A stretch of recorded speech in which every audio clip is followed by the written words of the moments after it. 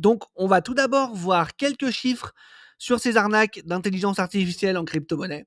Donc, 244% d'augmentation des falsifications de documents numériques en 2024 par rapport à 2023.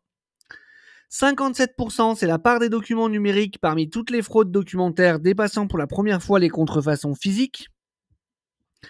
Une attaque par deepfake toutes les 5 minutes en 2024. 9,5%, c'est le taux de tentative de fraude visant les plateformes de crypto-monnaie en hausse de 50% par rapport à 2023.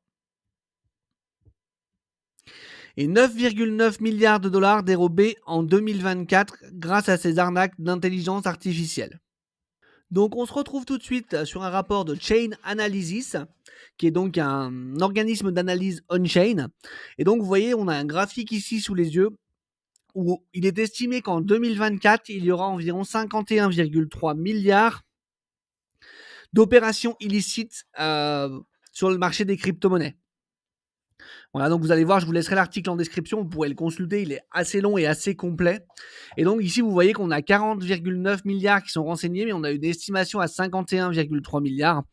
Tout simplement parce qu'en fait, Chain Analysis est sans cesse en train d'analyser des nouvelles données. Et au fur et à mesure du temps qui passe, il détecte en fait des nouvelles adresses frauduleuses qui n'étaient pas auparavant détectées comme frauduleuses, ce qui fait que plus le temps passe et plus les volumes sont conséquents, même sur les années précédentes. Donc c'est pour ça qu'il y a une estimation qui est différente entre la valeur réelle et la valeur estimée. Voilà. Donc on a d'autres graphiques que je voulais vous montrer. Donc alors, ici on a la part des transactions illégales en gros sur le volume total des opérations crypto-monnaie.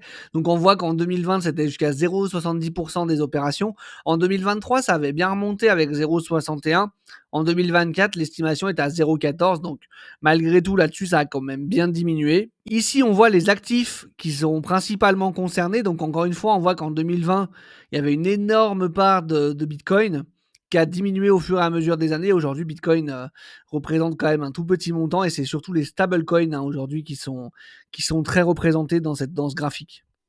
Et vous voyez ce que je voulais vous montrer aussi dans cet article, c'est ce paragraphe-là, où on nous dit que donc les fraudes et escroqueries, qu'elles soient de haute ou de basse technologie, ont été nombreuses en 2024. Les escroqueries aux investissements à haut rendement et les abattages de porcs ont été les plus fructueuses. Nous avons également observé un recours croissant à l'intelligence artificielle dans ce domaine, notamment dans les attaques de sextorsion hautement personnalisées. Ce recours à l'IA s'inscrit dans une tendance plus large observée dans toute une série de cybercrimes illicites, avec l'émergence de services exploitant l'IA pour contourner les exigences de connaissance du client, le KYC. Les opérateurs de fraude et d'escroquerie utilisent également des services de garantie tels que Yuan, tandis que les escroqueries aux distributeurs automatiques de crypto-monnaies constituent une préoccupation croissante, notamment en ce qui concerne les fraudes aux personnes âgées. Donc l'objectif de cette vidéo aujourd'hui, c'est d'aborder quelques arnaques à l'intelligence artificielle qui existent en crypto. Je pense que ce sont les plus répandues. Bien évidemment, on ne pourra pas toutes les aborder puisqu'il y en a énormément et je pense qu'il y en a même continuellement des nouvelles puisque les fraudeurs continuent de s'adapter petit à petit. Mais voilà, l'idée, ça va être d'en voir quelques-unes, de vous donner un petit peu des pistes sur comment les repérer et vous donner quelques pistes pour savoir comment les éviter et comment vous protéger et protéger vos fonds au maximum.